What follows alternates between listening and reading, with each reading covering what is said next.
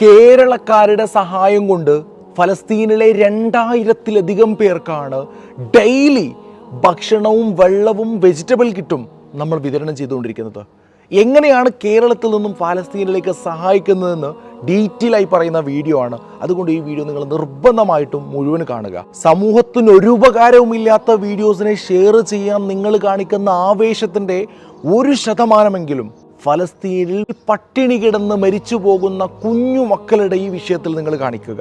എന്തെങ്കിലും ലഭിക്കുമെന്ന് കാണുമ്പോൾ ഗിവ് എവേയിൽ പങ്കെടുക്കാനും മറ്റുള്ളവരെ ഷെയർ ചെയ്യാനും മെൻഷൻ ചെയ്യാനും സ്റ്റോറി ഇടാനും നിങ്ങൾ കാണിക്കുന്ന ആത്മാർത്ഥതയുടെ 1% ഇതിൽ കാണിക്കുക. കാരണം ഈ വീഡിയോ 10 മിനിറ്റിലധികം ഉള്ളതുകൊണ്ട് ഒരിക്കലും ഇൻസ്റ്റാഗ്രാം അല്ലെങ്കിൽ സോഷ്യൽ മീഡിയ ഇതിനെ ബൂസ്റ്റ് ചെയ്യുകയോ ഇതിനെ റീച്ച് ആക്കുകയില്ല. അതുകൊണ്ട് നിങ്ങളുടെ ഓരോരുത്തരുടെയും ഉത്തരവാദിത്തമാണ് ഈ വീഡിയോ റീച്ച് ആക്കേണ്ടത്. നിങ്ങളുടെ ജീവിതത്തിൽ തന്നെ ഫലസ്തീനിന് വേണ്ടി ചെയ്യാൻ കഴിയുന്ന ഏറ്റവും വലിയ എഫക്റ്റീവായ കാര്യമായിരിക്കും ഇത്. അതുകൊണ്ട് ഈ വീഡിയോ കാണാൻ തുടങ്ങുന്നതിന് മുമ്പ് എല്ലാവരും ഒരു 5 പേർക്കെങ്കിലും ഈ വീഡിയോ ഷെയർ ചെയ്യുക, 5 പേരെയും കമൻറ്റിൽ മെൻഷൻ ചെയ്യുക, ഇതിന് സ്റ്റോറി ഇടുക. ഇത് ചെയ്തവർ മാത്രം യെസ് എന്ന് കമൻറ്റ് ചെയ്യുക.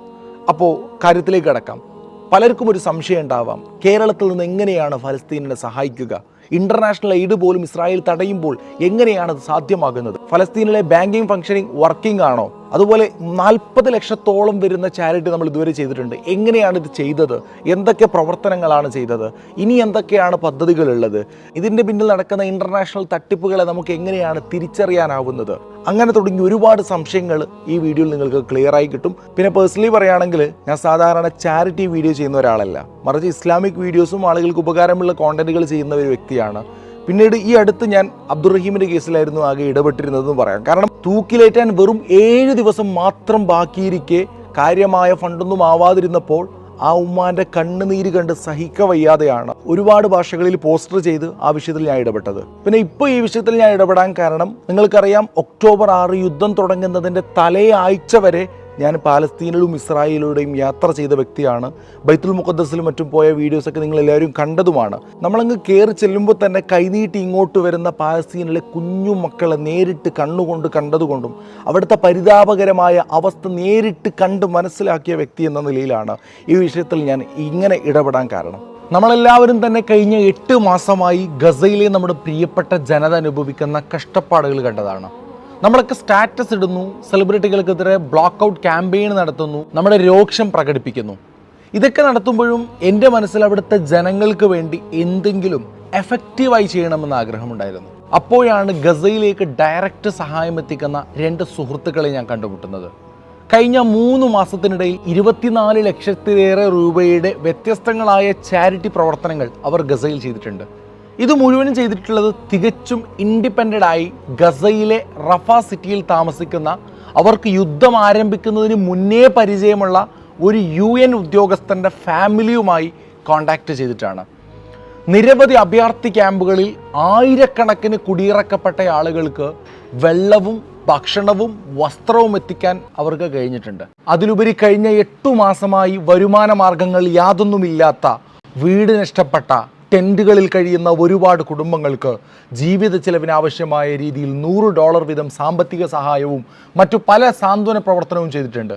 ഇനി ചിലർക്ക് ഒരുപക്ഷെ സംശയമുണ്ടായേക്കാം, ഇന്റർനാഷണൽ എയ്ഡ് തന്നെ ഇസ്രായേൽ തടയുമ്പോൾ നിങ്ങൾക്ക് എങ്ങനെയാണ് അവിടെ സഹായം വിതരണം ചെയ്യാൻ കഴിയുന്നത്? ഗസയിൽ അങ്ങനെ മാർക്കറ്റ്സ് ആൻഡ് ഗൂഡ്സ് ഒക്കെ ഉണ്ടോ എന്നൊക്കെ. എന്നാൽ നിങ്ങൾ മനസ്സിലാക്കേണ്ടത്, ലോകത്ത് അനേകം രാജ്യങ്ങൾ ധാരാളം എയ്ഡ് ഗസയിലേക്ക് അയക്കുന്നുണ്ട്. ഈജിപ്തിനകത്ത് 100 കണക്കിന് ട്രക്കുകൾ വരിവരിയായി നിൽക്കുന്നതും നമുക്ക് കാണാം. എന്നാൽ ഇസ്രായേലിൻ്റെ മിലിറ്ററി സ്ട്രാറ്റജിയുടെ പ്യൂണിറ്റീവ് പോളിസി പ്രകാരം അവർ വളരെയധികം ലിമിറ്റഡായി മാത്രമേ എയ്ഡ് ട്രക്കുകൾ ഗസയിലേക്ക് കയറാൻ അനുവദിക്കുകയുള്ളൂ. അഥവാ പച്ച മലയാളത്തിൽ പറഞ്ഞാൽ പട്ടിണിക്കിട്ട് കൊല്ലൽ. കാരണം നിലവിൽ ഗസയിലെ ജനങ്ങൾ ബഹുഭൂരിപക്ഷവും വീട് നഷ്ടപ്പെട്ട്, സമ്പാദ്യങ്ങൾ നഷ്ടപ്പെട്ട്, ജോലി നഷ്ടപ്പെട്ട് തികച്ചും സന്നദ്ധ സംഘടനകളുടെ സഹായങ്ങൾ കൊണ്ട് മാത്രം ജീവിച്ചു പോകുന്നവരാണ്. എന്നാൽ അതേസമയം തന്നെ നിലവിലെ ഗസയിലെ റഫ സിറ്റി ഒഴികെ ബാക്കി മുഴുവൻ സിറ്റികളിലും മാർക്കറ്റുകളും അതുപോലെ ആവശ്യ വസ്തുക്കളും ഒരു പരിധിവരെ ലഭ്യമാണ്. കാരണം ഇസ്രായേൽ എയ്ഡ് ട്രക്കുകൾ തടയുകയും അതേ സമയത്ത് തന്നെ ഗസയിലെ വ്യാപാരികൾക്ക് ഇസ്രായേലിൽ നിന്നുള്ള കൊമേഴ്ഷ്യൽ ഗൂഡ്സ് ഒരു പരിധിവരെ അനുവദിക്കുകയും ചെയ്യും.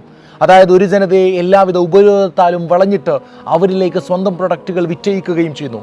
ഇതിലൂടെ ഒരേ സമയം അവർ സാമ്പത്തിക ലാഭവും ഫലസ്തീനികളെ അവഹേളിക്കലും ലക്ഷ്യമിടുന്നു. പക്ഷെ നമ്മൾ മനസ്സിലാക്കേണ്ടത് മാർക്കറ്റുകളിലെ ഗൂഡ്സുകളുടെ വില നമ്മൾക്ക് സങ്കല്പിക്കാൻ കഴിയുന്നതിലും എത്രയോ അപ്പുറമാണ്.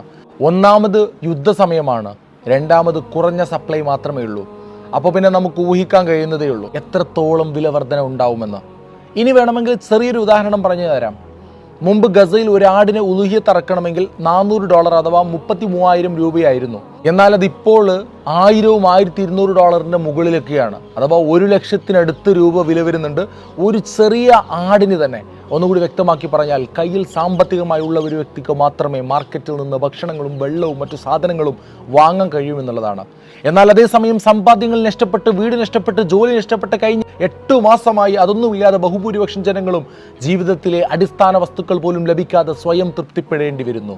നിലവിൽ ഈ പാവങ്ങൾക്ക് സഹായം ലഭിക്കുന്നത് ഇത്തരത്തിൽ മാധ്യമ പ്രവർത്തകർ, ചാരിറ്റി സംഘടനകൾ, മറ്റു ഇൻഡിപെൻഡന്റ് ചാരിറ്റി പ്രവർത്തകർ വിദേശത്ത് നിന്നും അയക്കുന്ന ഡൊണേഷൻസ് കൊണ്ട് മാർക്കറ്റുകളിൽ നിന്ന് അവൈലബിൾ ആയ സാധനങ്ങൾ വാങ്ങി വിതരണം ചെയ്യുന്നതിലൂടെയാണ്. ഇത്തരത്തിൽ ഒരുപാട് വീഡിയോസ് നമുക്ക് സോഷ്യൽ മീഡിയയിലൂടെ കാണാൻ കഴിയും. ഇതേ സിസ്റ്റത്തിലൂടെയാണ് നമ്മൾ മുമ്പ് കഴിഞ്ഞ 3 മാസത്തോളമായി റഫ സിറ്റിയിലെ അനേകം കുടുംബങ്ങൾക്ക് വെള്ളവും ഭക്ഷണവും മറ്റു അവശ്യ വസ്തുക്കളൊക്കെ വിതരണം ചെയ്തത്. ഇനി ചിലർക്ക് ഒരു പക്ഷേ സംശയങ്ങൾ ഉണ്ടാവാം, ഗസയിലേക്ക് നമുക്ക് ഡയറക്റ്റ് പേയ്മെന്റ് ചെയ്യാൻ കഴിയുമോ, ഗസയിൽ ബാങ്കിങ് സിസ്റ്റം ഫംഗ്ഷനിങ് ആണോ എന്നൊക്കെ. ശരിക്കും നിലവിൽ ഇന്ത്യയിൽ നിന്ന് നമുക്ക് ഡയറക്റ്റ് പേയ്മെന്റ് ചെയ്യാൻ കഴിയില്ല. ഇനി ചെയ്യാൻ കഴിഞ്ഞാൽ തന്നെ അതിൻ്റെ ഫോളോ അപ്പ്, അതുപോലെ ക്യാഷ് അവിടെ എത്തുമോ എന്ന കാര്യത്തിലൊന്നും ഒരു ബാങ്കുകൾക്കും ഒരു ഉറപ്പും പറയാൻ കഴിയില്ല. അതുപോലെ തന്നെയാണ് ഗൾഫ് രാജ്യങ്ങളിൽ നിന്നും ഗസയിലേക്ക് ക്യാഷ് അയക്കുന്നതും. കാരണം അതും ഗൾഫിൽ നിന്ന് അയക്കുന്നതും വളരെയധികം പ്രയാസമാണ്.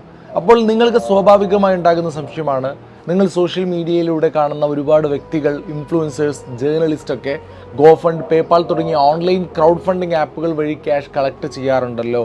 ഇത് എങ്ങനെയാണ് സാധ്യമാകുന്നതെന്ന് ചോദിച്ചാൽ, ചില യൂറോപ്യൻ രാജ്യങ്ങളിൽ നിന്ന് ഗാസയിലേക്ക് ഡയറക്റ്റ് ബാങ്കിലൂടെ ക്യാഷ് അയക്കാൻ പറ്റും. ഇപ്പോൾ റഫ സിറ്റി ഒഴികെ ബാക്കിയുള്ള എല്ലാ നഗരങ്ങളിലൊക്കെ പരിമിതി ഉണ്ടെങ്കിൽ പോലും ബാങ്കിങ് സിസ്റ്റം ഫംഗ്ഷനിങ് ആണ്. കാരണം ഈ യുദ്ധത്തിലുടനീളം ഇസ്രായേൽ സിവിലിയൻസ് എല്ലാ ഫെസിലിറ്റീസും ആക്രമിച്ച് നശിപ്പിക്കുന്നുണ്ടെങ്കിൽ പോലും ബാങ്കിങ് സിസ്റ്റം എന്നത് സെൻസിറ്റീവ് ആയതുകൊണ്ട് തന്നെ അവർ അതിനെ കംപ്ലീറ്റ് തടഞ്ഞിട്ടില്ല. അതുകൊണ്ട് തന്നെ യൂറോപ്പിലുള്ള ആളുകൾ ഇതുപോലെ ഗോഫണ്ട് തുടങ്ങിയവയിലൂടെ സംഭാവന സ്വീകരിക്കുകയും അത് ഗാസയിലേക്ക് ഡയറക്റ്റ് അയക്കുകയും ശേഷം അവിടുത്തെ ആളുകൾ ക്യാഷ് ബാങ്കുകളിൽ നിന്ന് കളക്ട് ചെയ്ത് സഹായ പ്രവർത്തനങ്ങൾ നടത്തുകയാണ് ഇപ്പോൾ നടന്നുകൊണ്ടിരിക്കുന്നത്.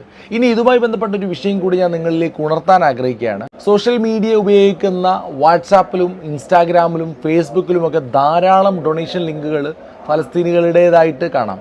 അഥവാ അവരുടെ ഫാമിലിക്ക് വേണ്ടിയും ചാരിറ്റി പ്രവർത്തനം നടത്തുന്നതിന് വേണ്ടിയൊക്കെയാണ്. അങ്ങനെ നിരവധി ആവശ്യങ്ങൾക്കായിട്ടാണ് ഒരുപാട് ഡൊണേഷൻ ലിങ്കുകൾ നിങ്ങൾക്ക് കാണാൻ കഴിയുന്നത്.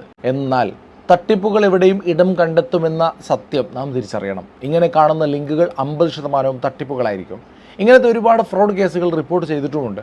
അതുകൊണ്ട് തന്നെ നിങ്ങളോട് എനിക്ക് പറയാനുള്ളത്, നിങ്ങൾ അങ്ങനെ ഡൊണേഷൻ ലിങ്കുകൾക്ക് ക്യാഷ് അയക്കുന്നുണ്ടെങ്കിൽ പരമാവധി ട്രസ്റ്റഡ് ആയ സംഘടനകൾ, മാധ്യമപ്രവർത്തകർ തുടങ്ങിയവർക്ക് മാത്രം അയക്കുക. കാരണം വ്യക്തിപരമായ ലിങ്കുകൾ എത്രത്തോളം ശരിയെന്ന് നമുക്ക് ഉറപ്പിച്ച് പറയാൻ കഴിയില്ലല്ലോ. അതുപോലെ തന്നെ നിലവിൽ പേപ്പാൽ സിസ്റ്റം ലോകത്തെ ഏറ്റവും വ്യാപകമായതും വളരെ എളുപ്പത്തിൽ ഇൻ്റർനാഷണൽ മണി ട്രാൻസാക്ഷൻ നടത്തുന്നതുമായ ഒരു പ്ലാറ്റ്ഫോമാണ്. എന്നാൽ ഗസയിലെ ജനങ്ങൾക്ക് അഥവാ ഫലസ്തീനികൾക്ക് പേപ്പാൾ ഉപയോഗിക്കാൻ കഴിയില്ല. കാരണം ഇസ്രായേലിൻ്റെ വർണ്ണവിവേചന ഭരണകൂട നയം കാരണം ഇസ്രായേൽ ജൂത പൗരന്മാർക്ക് മാത്രമാണ് പേപ്പാൾ ഉപയോഗിക്കാൻ കഴിയുന്നത്. ഏതുവരെ എന്ന് പറഞ്ഞാൽ അമേരിക്ക പോലും പലസ്തീൻ ഭൂമിയായി അംഗീകരിക്കുന്ന വെസ്റ്റ് ബാങ്കിലെ അനധികൃത ജൂത കുടിയേറ്റക്കാർക്ക് പോലും പേപ്പാൾ ഉപയോഗിക്കാൻ കഴിയുമെങ്കിലും അവിടെയുള്ള ഫലസ്തീനികളെ ഇസ്രായേൽ അതിൽ നിന്ന് തടയുന്നു. അഥവാ നമ്മൾ പണ്ട് ദക്ഷിണാഫ്രിക്കയിലേക്ക് കണ്ട വർണ്ണവിവേചന നയത്തിൻ്റെ ആധുനിക രൂപമാണ് ഇസ്രായേൽ. ഇനി ചിലർക്ക് ഒരുപക്ഷെ സംശയങ്ങൾ ഉണ്ടാവാം. മുമ്പ് നമ്മൾ സഹായങ്ങൾ വിതരണം ചെയ്തിട്ടുള്ളത് റഫ സിറ്റിയിലാണല്ലോ. പക്ഷെ നിലവിൽ റഫ ഓൾമോസ്റ്റ് ഇസ്രായേലിൻ്റെ അധിനിവേശ സൈന്യത്തിൻ്റെ കീഴിലാണല്ലോ. സോ ഇപ്പോൾ എവിടെയാണ് സഹായം വിതരണം ചെയ്യുന്നത്? നിലവിൽ റഫയിൽ നിന്ന് കുടിയിറക്കപ്പെട്ട 10 ലക്ഷത്തിലേറെ പേർ താമസിക്കുന്ന ഖാൻ യൂനുസിലെ ഹ്യൂമാനിറ്റേറിയൻ സോണായ മവാസി ഏരിയയിലാണ്. സോൺ എന്ന് പറയുമ്പോൾ ചിലർ വിചാരിക്കും അത്യാവശ്യം നല്ല സൗകര്യമുള്ള സ്ഥലമായിരിക്കുമെന്ന്. എന്നാൽ തികച്ചും മരുഭൂമി പ്രദേശമായ 2 മുതൽ 5 വരെ കിലോമീറ്റർ മാത്രം ചുറ്റളവുള്ള അടിസ്ഥാന സൗകര്യങ്ങൾ യാതൊന്നുമില്ലാതെ വിജനമായ പ്രദേശമാണ്. അവിടെയാണ് ലക്ഷക്കണക്കിന് ആളുകൾ യാതൊരു സൗകര്യവും ഇല്ലാതെ ജീവിക്കുന്നത്.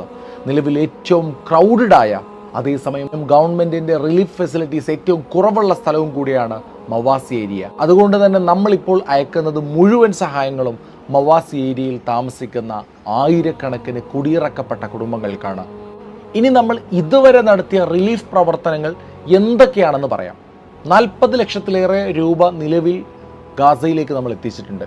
22 അഭയാർത്ഥി ക്യാമ്പുകളിൽ 6000-ലധികം പേർക്ക് ശുദ്ധജല വിതരണം, 400 ഫാമിലികൾക്ക് റമദാനിൽ ഗ്രാൻഡ് ഇഫ്താർ, അതും 2000 വ്യക്തികളടങ്ങുന്ന വലിയ ഇഫ്താർ, 100-ലധികം കുട്ടികൾക്ക് പുതുവസ്ത്രം, അനാഥരായ കുട്ടികൾക്കും കുടിയിറക്കപ്പെട്ട കുട്ടികൾക്കും വേണ്ടി വ്യത്യസ്തമായ 2 പെരുന്നാൾ ഇവന്റുകൾ, കൾച്ചറൽ പ്രോഗ്രാം, ഗിവിംഗ് മണി, സ്വീറ്റ്സ്, അങ്ങനെ ഒരുപാട്. 500-ലധികം ഫാമിലികൾക്ക് ഭക്ഷണ വിതരണം, അത് റൊട്ടിയായിട്ട് 2000-ലധികം ആളുകൾക്കാണ്. 50 ഫാമിലികൾക്ക് വെജിറ്റബിൾ ബോക്സ് വിതരണം ചെയ്തു. അനേകം പാവപ്പെട്ട കുടുംബങ്ങൾക്ക് $100 വീതം സാമ്പത്തിക സഹായം. ഇതുവരെ പറഞ്ഞത് ഒരാഴ്ച മുമ്പ് വരെയുള്ള 25 ലക്ഷം രൂപ കൊണ്ട് നമ്മൾ നടത്തിയ റിലീഫ് പ്രവർത്തനങ്ങളാണ്. മാർച്ച് മുതൽ നസ്രുള്ള നൂറാനിയും നിസാമുദ്ദീൻ പിന്നെ അവരുടെ കസിൻസും ഒക്കെയാണ് ഇതിൻ്റെ പിന്നിൽ പ്രധാനമായും പ്രവർത്തിച്ചത്. അള്ളാഹു അവർക്ക് തക്കതായ പ്രതിഫലം ഇരുലോകത്ത് നൽകട്ടെ. ഇനി നിലവിൽ നമ്മൾ പോസ്റ്റർ ചെയ്തിട്ട് ഇന്നേക്ക് 7 ദിവസം പിന്നിട്ടു. അൽഹംദുലില്ലാ 10 ലക്ഷത്തിലേറെ രൂപ ഇതിനകം തന്നെ നമ്മൾ അയച്ചു കഴിഞ്ഞിട്ടുണ്ട്. 12/6/2024 ബുധൻ മുതൽ ഗസയിലെ അൽമവാസി എന്ന് പറയുന്ന അഭയാർത്ഥികൾ തിങ്ങിപ്പാർക്കുന്ന മരുഭൂമി പ്രദേശത്താണ് നമ്മുടെ പുതിയ 2 ചാരിറ്റി പദ്ധതികൾ ആരംഭിച്ചിട്ടുള്ളത്. ഒന്ന് 100-ലേറെ കുടുംബങ്ങൾക്ക് അരി, പച്ചക്കറികൾ തുടങ്ങിയ അവശ്യ വസ്തുക്കൾ അടങ്ങുന്ന കിറ്റുകളുടെ വിതരണം. ഇനി രണ്ടാമത്തെ പദ്ധതി അതൊന്നും കൂടി മനോഹരമാണ്. 9 അഭയാർത്ഥി ക്യാമ്പുകളിലായി 200-ലേറെ ഫാമിലികൾക്ക് അഥവാ 2000-ലേറെ ആളുകൾക്ക് daily food and water provide ചെയ്യുന്നു. 12/6/2024 ബുധൻ മുതൽ ഈ പദ്ധതി ആരംഭിച്ചിട്ടുണ്ട്. ഇൻഷാ അല്ലാ വരും ദിവസങ്ങളിൽ ഇതിൻ്റെ പൂർണ്ണമായ വീഡിയോസ് നിങ്ങളിലേക്ക് എത്തിക്കുന്നതാണ്. ഇപ്പോൾ പലരും ആഗ്രഹിക്കുന്നുണ്ടാവും, എങ്ങനെയാണ് നമുക്കിതിലേക്ക് ക്യാഷ് അയക്കാൻ സാധിക്കുക? നമ്മൾ പോസ്റ്ററിലോ വീഡിയോയിലോ എവിടെയും തന്നെ നമ്മുടെ പേയ്മെൻറ്റ് ഡീറ്റെയിൽസ് കൊടുക്കുന്നില്ല. ഇനി നിങ്ങൾക്ക് പേയ്മെൻറ്റ് ഡീറ്റെയിൽസ് വേണമെങ്കിൽ ഈ വീഡിയോയിലുള്ള ഈ വാട്സാപ്പ് നമ്പറിൽ മെസ്സേജ് അയച്ചാൽ ഓട്ടോമാറ്റിക് റിപ്ലൈ ആയിട്ട് പേയ്മെൻറ്റ് ഡീറ്റെയിൽസ് ലഭിക്കുന്നതാണ്.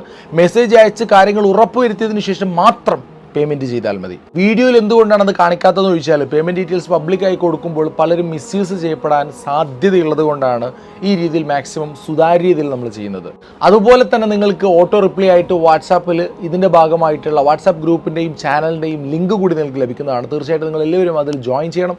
ഈ ഡൊണേഷൻസുമായി ബന്ധപ്പെട്ട മുഴുവൻ അപ്ഡേറ്റ്സും അവിടെ നിങ്ങൾക്ക് അറിയിക്കുന്നതായിരിക്കും. അതുപോലെ തന്നെ നമ്മൾ ഗസയിൽ വിതരണം ചെയ്യുന്ന സഹായങ്ങളുടെ ഫോട്ടോസ്, വീഡിയോസ് എന്നിവ കൃത്യമായി അതിൽ അപ്ലോഡ് ചെയ്യുകയും ചെയ്യുന്നുണ്ട്. അപ്പോൾ ഏകദേശം ഓവറോൾ എല്ലാ കാര്യങ്ങൾക്കും ഞാൻ ക്ലിയർ ആയിട്ട് മറുപടി തന്നിട്ടുണ്ട്. നിങ്ങളുടെ എല്ലാ സംശയങ്ങളും ക്ലിയർ ആയിട്ടുണ്ടെന്നാണ് ഞാൻ മനസ്സിലാക്കുന്നത്. ഇനി എന്തെങ്കിലും ഡൗട്ട് ഉണ്ടെങ്കിൽ കമൻറ്റ് ചെയ്യാവുന്നതാണ്.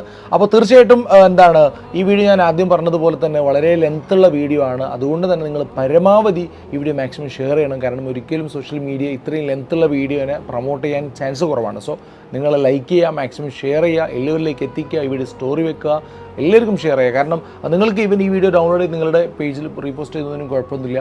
അപ്പോൾ എല്ലാ ആളുകളും ആത്മാർത്ഥമായിട്ട് ഈ വിഷയം ഏറ്റെടുത്തുകൊണ്ട് മാക്സിമം ഷെയർ ചെയ്തുകൊണ്ട് നിങ്ങൾക്ക് നിങ്ങളുടെ ടീമായിട്ട് നിങ്ങൾക്ക് സ്വരൂപിക്കാൻ കഴിയുമെങ്കിൽ നിങ്ങളുടെ നാട്ടിലുള്ള ക്ലബ്ബ്, ടീം, നിങ്ങളുടെ സംഘടന, വാട്സാപ്പ് കൂട്ടായ്മ ഇതിലൊക്കെ നിങ്ങൾക്ക് ചെയ്തിട്ട് നിങ്ങൾക്ക് ഈ ഒരു സംരംഭത്തിലേക്ക് നിങ്ങൾക്ക് അയക്കാവുന്നതാണ്. പിന്നെ ഒരുപക്ഷെ ചിലരെങ്കിലും ചിന്തിക്കുന്നുണ്ടാവും, എന്തുകൊണ്ടാണ് അവിടെ ചെയ്യുന്ന കാര്യങ്ങളുടെ ഫ്ലെക്സിലൊക്കെ ഡൊണേഷൻ ഫ്രം കേരള ത്രൂ സാബി ഇൻസ്പയർ എന്ന് കൊടുക്കുന്നതെന്ന്. അപ്പോൾ ഇതൊരു പബ്ലിസിറ്റിക്ക് വേണ്ടിയിട്ടല്ല, മറിച്ച് ജെന്യൂനിറ്റിക്ക് വേണ്ടിയിട്ടാണ്, ആളുകൾക്കിടയിൽ വിശ്വാസം വരാൻ വേണ്ടിയിട്ടാണ്. കാരണം എങ്ങനെ പോകുന്നു എന്ന് അറിയുമ്പോൾ കേരളത്തിൽ നിന്നാണ് അത് എങ്ങനെയാണ് പോകുന്നത്, അപ്പോൾ ത്രൂ സാബി ഇൻസ്പയർ എന്ന് അറിയാൻ വേണ്ടിയിട്ട്, വിശ്വാസം വരാൻ വേണ്ടിയിട്ട്. കാരണം 5 വർഷത്തോളമായിട്ട് ആളുകൾക്ക് എത്തിക്സ് ഉള്ള കണ്ടൻസ് ചെയ്തിട്ട് ആളുകൾക്കിടയിൽ ഒരു ട്രസ്റ്റ് ബിൽഡ് ചെയ്യാൻ പറ്റിയത് കൊണ്ട് മാത്രമാണ് ഈ ഒരു പേര് അവിടെ കൊടുത്തിട്ടുള്ളത്, അല്ലാതെ വേറൊരു ഉദ്ദേശം കൊണ്ടല്ല. കാരണം ഇതൊരു പൊളിറ്റിക്സിൻ്റെ അണ്ടറിലോ അല്ലെങ്കിൽ സംഘടനയുടെ കീഴിലോ ഒന്നിൻ്റെയും കീഴിലല്ല, മറിച്ച് നമ്മൾ ചെയ്യുന്നത് ഇൻഡിപെൻഡൻ്റ് ആയിട്ടാണ് നമ്മൾ ഈ കർമ്മങ്ങൾ ചെയ്തുകൊണ്ടിരിക്കുന്നത്. ഇവൻ ഇന്നിപ്പോൾ പെരുന്നാളാണ്, എന്നിട്ട് പോലും ഒരു സ്ഥലത്തേക്കും പോയിട്ടില്ല. ജസ്റ്റ് നിസ്കാരം കഴിഞ്ഞ് വന്നു, ഒരു സ്ഥലത്തേക്കും പോയിട്ടില്ല. അതേപോലെ തന്നെ ഇപ്പോൾ തലേദിവസം ഉറങ്ങിയിട്ടുമില്ല. കഴിഞ്ഞ നോമ്പിൻ്റെ പെരുന്നാളിലാണെങ്കിൽ അങ്ങനെ തന്നെ നമ്മൾ കഴിഞ്ഞ് തലേദിവസം ഉറങ്ങിയിട്ടില്ല. തലേദിവസം എന്നല്ല, 4-5 ദിവസങ്ങൾ, അതായത് ആ ഫണ്ട് വരുന്നത് വരെ ഉറങ്ങിയിട്ടില്ല. അത്രക്കും ഡെഡിക്കേറ്റഡ് ആയിട്ട് നമ്മൾ ഇവൻ അബ്ദുറഹീമിൻ്റെ കേസിൽ അതിന് നമ്മൾ ഇങ്ങനെ പോസ്റ്ററുകൾ ചെയ്യാൻ വേണ്ടിയിട്ട് ഇതിനെ ഫോളോ അപ്പ് ചെയ്തുകൊണ്ടിരിക്കുകയാണല്ലോ, നിരന്തരം ഇതിൻ്റെ അപ്ഡേറ്റ്സ് കൊടുക്കാനൊക്കെ. ഞാൻ നമ്മുടെ സുഹൃത്തുക്കൾക്കിടയിലുള്ള ഒരു ടീം ക്രിയേറ്റ് ചെയ്തിട്ട് നമ്മുടെ കയ്യിൽ നിന്ന് കൊടുത്തിട്ടാണ്, അവർക്ക് കയ്യിൽ നിന്ന് ഇട്ട് കൊടുത്തിട്ടാണ് അങ്ങനെ ഒരു ടീം ക്രിയേറ്റ് ചെയ്തിട്ട് പ്രോപ്പറായിട്ട് ചെയ്തത്. കാരണം അത്രക്കും നമ്മൾ ഇതിനു വേണ്ടിയിട്ട് സമയം ചിലവഴിക്കുന്നു, നമ്മുടെ മെൻ്റലി, ഫിസിക്കലി, ഫൈനാൻഷ്യലി എല്ലാം നമ്മൾ ചിലവഴിക്കുന്നു. പക്ഷേ 5 പൈസ അതിൽ നിന്നായിക്കോട്ടെ ഇതിൽ നിന്നായിക്കോട്ടെ ഒന്നിലും നമ്മൾ ഒരു നിലക്കും ഒരു സംഭവം നമ്മൾ ഇതിൽ ആഗ്രഹിക്കുന്നില്ല. കാരണം നാളെ അള്ളാഹിൻ്റെ അടുത്ത് ഹിസാബ് പറയാനുള്ളതാണ്. അപ്പോൾ നമ്മളിങ്ങനെ ഇത്രയും റിസ്ക് എടുത്തിട്ട് ഇതിന് വേണ്ടിയിട്ട് എഫേർട്ട് എടുത്ത് ചെയ്യുന്നതെന്ന് പറഞ്ഞാൽ ഇതെങ്ങാനും ചെയ്യാതിരുന്നാൽ, ഇതിന് ഒരുപാട് റിസ്ക് ഉണ്ട്, ലീഗലി കുറേ കാര്യങ്ങൾ നോക്കുമ്പോൾ ഇതിൽ നിന്ന് പിന്മാറണമെന്ന് പലപ്പോഴും തോന്നിയേക്കാം. പക്ഷേ ഇതൊന്നും നമ്മൾ പിന്മാറാത്തത് എത്രയോ ആളുകൾക്ക് ഇപ്പോൾ അവിടെ ദൈനംദിനം 2000-ഓളം ആളുകൾക്ക് ഇപ്പോൾ ഫുഡും വെജിറ്റബിൾ കിറ്റും വെള്ളവും നമ്മൾ കൊടുത്തുകൊണ്ടിരിക്കുകയാണ്. അപ്പോൾ പലരും പറഞ്ഞിരുന്നു നമുക്ക് സഹായിക്കണമെന്നുണ്ട്, പക്ഷേ ഇതുവരെ വഴിയില്ലായിരുന്നു എന്ന്.